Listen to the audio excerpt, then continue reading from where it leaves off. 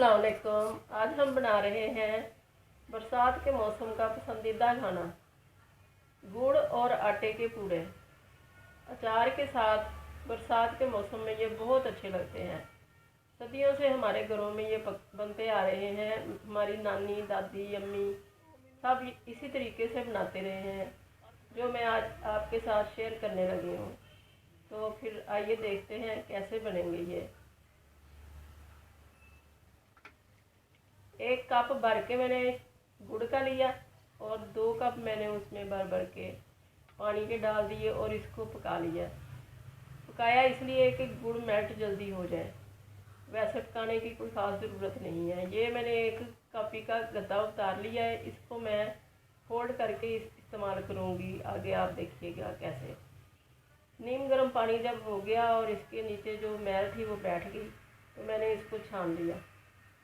अब 2 कप मैंने भर के लिए हैं आटे के, घर का चक्की का आटा, 1 चुटकी नमक और इसमें 2 मैंने टेबल स्पून डाले हैं सौंफ के, फैनल सीड्स। अब इसको अच्छी तरह से फेंट के बैटर बना लेना है। इस आटे को विस्क की मदद से फेंटना है, क्योंकि चमचे से फेंटेंगे तो फिर इसमें गुठलियाँ बन जाएंगी, तो बहुत मुश्किल हो जाएगी। और अब वो पहले मैंने गुड़ वाला पानी डाला, उसके बाद जितनी ज़रूरत पड़ी दूसरा पानी साफ सादा ले लिया। अब इसको अच्छी तरह से इस तरह उठा के तो इसको फेंटना है कम से कम 10 मिनट, और इसको आधा घंटा रेस्ट देनी है। रेस्ट बहुत ज़रूरी है। अब हम इसके पूड़े बनाएंगे। तवे को हल्का गर्म रखना है जब इसके ऊपर बैटर डालना है, और इसको इस तरह फैला लेना है। अगर स्पैचुला से फैलाना चाहते हैं तो उससे फैला लें, चम्मच की मदद से। मुझे ये अपना ट्रेडिशनल तरीका ही बहुत अच्छा लगता है। मेरी दादी, मेरी नानी, मेरी अम्मी इसी तरह किया करती थी, और इस तरह बहुत आसानी रहती है और मज़ा भी आता है। तो बड़ी अच्छी तरीके से ऊपर से जो पूड़ा होता है वो प्लेन हो जाता है और फैल जाता है जल्दी जल्दी। जब इसको बैटर को डालना है तो आंच नीचे बहुत हल्की रखनी है। जब ये पलट देना है तो फिर इसको आंच को तेज़ कर देना है। देसी घी लगा रही हूँ मैं इसके ऊपर। तवे को पहले हल्का सा ग्रीस कर लेना है और फिर इनके ऊपर भी बहुत थोड़ा थोड़ा सा घी लगाना है। बहुत ज़्यादा घी नहीं लगता इनको। गुड़ की वजह से और मिठास की वजह से ये तवे के ऊपर चिपकते बहुत हैं, और जलने की भी इनके बहुत ज़्यादा जल्दी से जल जाते हैं।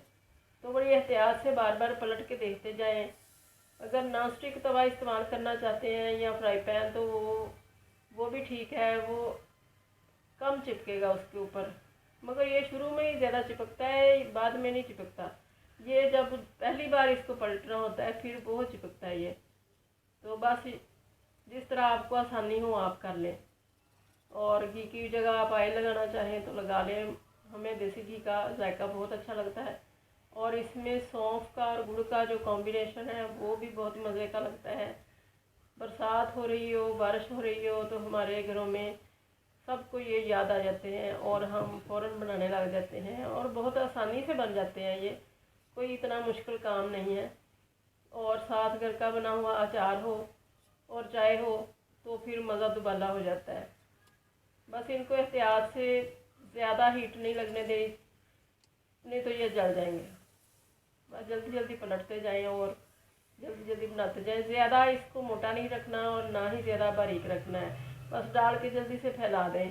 जितनी जल्दी फैलाएंगे उतना ही ये बारीक बनेगा, और जितनी देर लगाएंगे फैलाने में उतना ही ये मोटा हो जाएगा।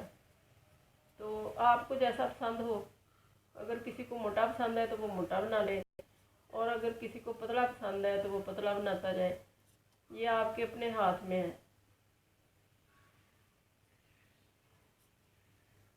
बस आँच का ज़रा ख्याल रखना है कि जब ऊपर बैटर डालना है बहुत हल्की हो और बाद में तेज़ कर लें।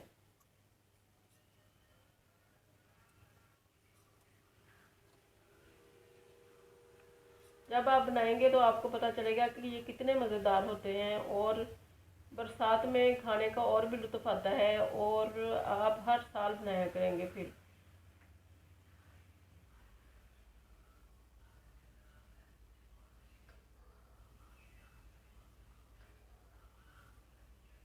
बस इसमें छोटी छोटी सी टिप्स हैं जो जिनका आप ख्याल रखेंगे तो ये बहुत अच्छे बनेंगे।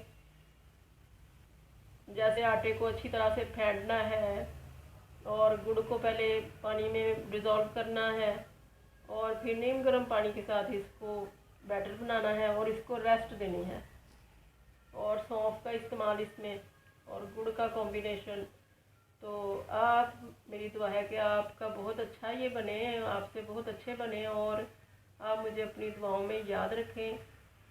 बना के देखिएगा ज़रूर। अल्लाह हाफिज़।